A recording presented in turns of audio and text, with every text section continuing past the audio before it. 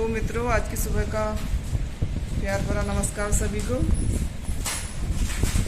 आज अभी सुबह के 11 बज गए हैं और इस समय हमने सारा काम कर लिया है। यहाँ पे मीनू पहुँच चुकी है और हमने काम लगभग कर लिया है। बर्तन धुल चुके हैं, झाड़ू पोछा सब हो गया है और कपड़े भी धुल गए हैं हमारे। अब हम आज एक किसी वार्ता को लेकर यहाँ पर डिस्कस करेंगे। तो आज चावल तो मीनू साफ़ कर रही है और आज हम उसी वार्ता के उस टॉपिक को आगे बढ़ाते हैं। आज कुछ स्पेशल और कुछ है भी नहीं। वैसे हम लोग घर ही पे रहते हैं, इधर उधर बहुत कम जाते हैं। तो दोस्तों, जब हम कभी बाहर जाएंगे तो उसका वीडियो ज़रूर बनाएंगे।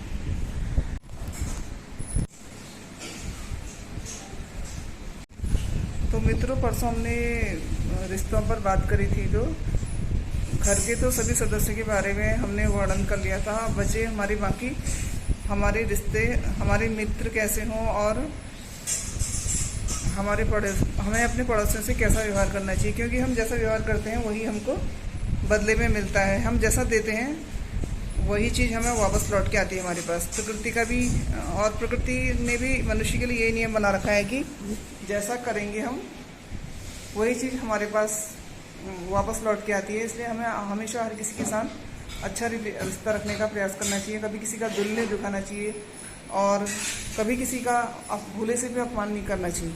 यहाँ पे मीनू, आप भी अपने विचारों को व्यक्त करोगी। मित्र कैसे होने चाहिए इस संबंध में? मित्र अच्छे होने चाहिए जो एक दूसरे का भला चाहे। तो जैसे यहाँ पे मीनू भी बोल रही है कि हमारे मित्र का जो स्तर है वो बराबरी का होना चाहिए। अपने से बहुत ज़्यादा छोटे स्तर के लोगों से भी हमें व्यवहार तो सभी से अच्छा रखना चाहिए, पर एक स्तर बना के रखना चाहिए। क्योंकि हम जिस स्तर के हैं, मिडिल क्लास के हैं, तो हमारा मिडिल क्लास वालों से ही हमारे विचार मिलेंगे और जो लोअर मिडिल क्लास वाले हैं उनके लोअर मिडिल क्लास वालों से ही विचार मिलेंगे जो अपर हाई क्लास के लोग हैं। तो इसमें भी एक स्तर होता है। और दूसरी चीज़ ये है कि जो बच्चे हैं, बच्चों के मित्रों पर विशेष ध्यान रखना चाहिए पढ़ाई के समय, क्योंकि छोटी सी उम्र में बच्चे नहीं तो बिगड़ जाते हैं अगर उनको मित्र अच्छे न मिलें तो आजकल जब भी आपका बच्चा स्कूल में जाता है उससे डेली पूछें कि बेटा आपके दोस्त कौन है, और ये सलाह दें कि होशियार बच्चों से दोस्ती रखें और अच्छी फैमिली से जो बच्चे हैं उन्हीं के साथ मित्रता रखनी चाहिए। और अपने बच्चों को मित्रों के साथ इधर उधर कभी ना भेजें पेरेंट्स। मैंने भी अपने बेटे को ऐसे अकेले कभी भी नहीं भेजा, और जब भी हम आउटिंग के लिए उसे ले जाते थे तो मैं उसके साथ जाती थी या इसके पापा, फैमिली के साथ ही। बच्चे आजकल तो इतना गंदा माहौल है, हम बच्चों को अकेले नहीं छोड़ सकते हैं। उनको अपने साथ घर से बाहर ले जाएं और घर में लाएं और फालतू इधर उधर न घूमने दें। जहाँ गेम्स का सवाल होता है तो कभी कभी तो बच्चों को भी आउटिंग करने को मन करता है। तो जब छोटी उम्र के बच्चे हों उनको कॉलोनी में खेलना दिया जाए, और जब बच्चा बड़ा हो जाता है तो उसे ये जो क्रिकेट एकेडमी है, अगर उसका इंटरेस्ट है तो उसको एक अच्छा बैकग्राउंड देना चाहिए, क्योंकि वहाँ से वो काफ़ी अच्छा सीख सकता है और अपने ऊपर ध्यान दे सकता है और अपने व्यक्तित्व को बढ़ा सकता है। तो म्यूज़िक या इनमें इंटरेस्ट है तो उसे म्यूजिक के क्षेत्र में आगे बढ़ाएं। और अगर गेम्स में है तो जैसे हल्द्वानी में जो बच्चे रह रहे हैं वो तो क्रिकेट एकेडमी, बैडमिंटन एकेडमी यहाँ पर अवेलेबल है, तो बच्चों को वहाँ जाए। बच्चा काफ़ी अच्छा कर सकता है टीचर्स के अंडर में। और बच्चों के साथ जाके तो क्या रहेगा, वो उसी लेवल पर रह जाएगा बच्चा। गली में खेलने वाला ही बच्चा रह जाएगा वो। अगर आपको उसको उसके लेवल से ऊपर उठाना है तो आपको उसको अच्छे टीचर, अगर आपके पास पैसा है तो आप उन्हें वहाँ पर ज़रूर भेजें। तो यहाँ पर मीनू के लिए कल हमने केक तो नहीं मंगाया, पर पेस्ट्री मंगाई थी, अभी मीनू के लिए रखी है। कल हमने दिन भर बहुत काम किया और हमारे मज़दूर लगे थे, क्योंकि पानी की टंकी ख़राब हुई थी, नई पानी की टंकी लगाई, तो इसलिए दिन भर व्यस्तता रही और सिर्फ पेस्ट्री मंगाई थी। अभी मीनू के लिए रखी है और ये मीनू खा रही है। तो मीनू, मित्रता के बारे में आपके क्या विचार हैं? आगे हो। सुख दुख में काम आए, हमारे सुख दुख को समझे, जो हमारी मदद करें। हाँ, जो दुख में काम आए वो मित्र है। खाली सुख में पार्टी उड़ाने के लिए तो बहुत लोग आ जाते हैं, उनको भी नहीं माना पड़ता है। हमें उनकी इंसल्ट नहीं करनी चाहिए, लेकिन असली मित्र तो वही होगा जो दुख में आपके पीछे खड़ा हो। अच्छे मित्र की पहचान कैसे होगी?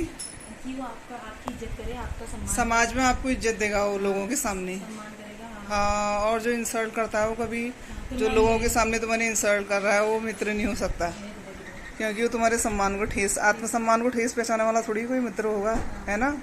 तो हमें पहचानना आना चाहिए, क्योंकि बच्चे तो मासूम होते हैं, उन्हें कुछ इस तरह का कुछ ज्ञान नहीं होता है। लेकिन पेरेंट्स को चाहिए कि अपने बच्चों को हमेशा सही मार्गदर्शन करें और उनको अपने जीवन में आगे बढ़ाने की कोशिश करें। तो आजकल समाज में बहुत ये बच्चों में जो है, स्कूल के बच्चों को ज़्यादा इसका निशाना बनाया जा रहा है। ट्यूशन के लिए जाते हैं बच्चे, वहाँ पर खड़े रहते हैं, तरह तरह के प्रलोभन देकर उन्हें नशे की तरफ खींचा जा रहा है। तो अपने बच्चों को घर में इसके बारे में जानकारी देनी चाहिए और उन्हें बताना चाहिए।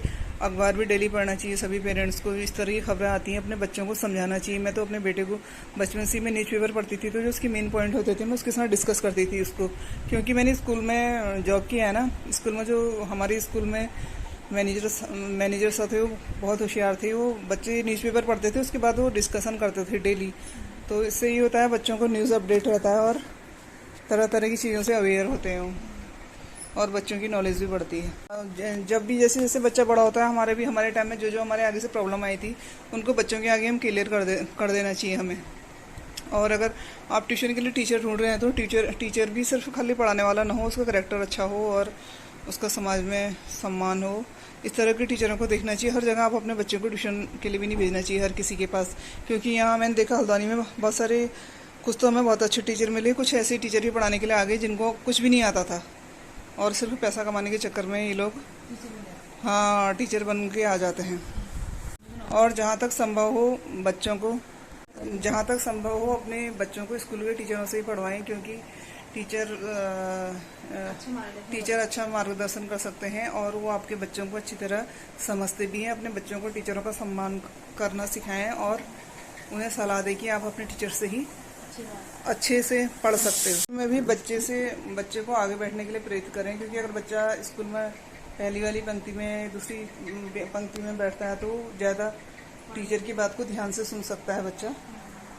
और बच्चों को बचपन से ही सेल्फ रीडिंग की तरफ के लिए प्रेरित करना चाहिए। इधर उधर न भेज के उन्हें बचपन में खुद अपने हाथों से पढ़ाएं और घर पर ही बच्चे आसानी से अच्छा रिजल्ट ले आते हैं, अच्छे नंबर ले आते हैं।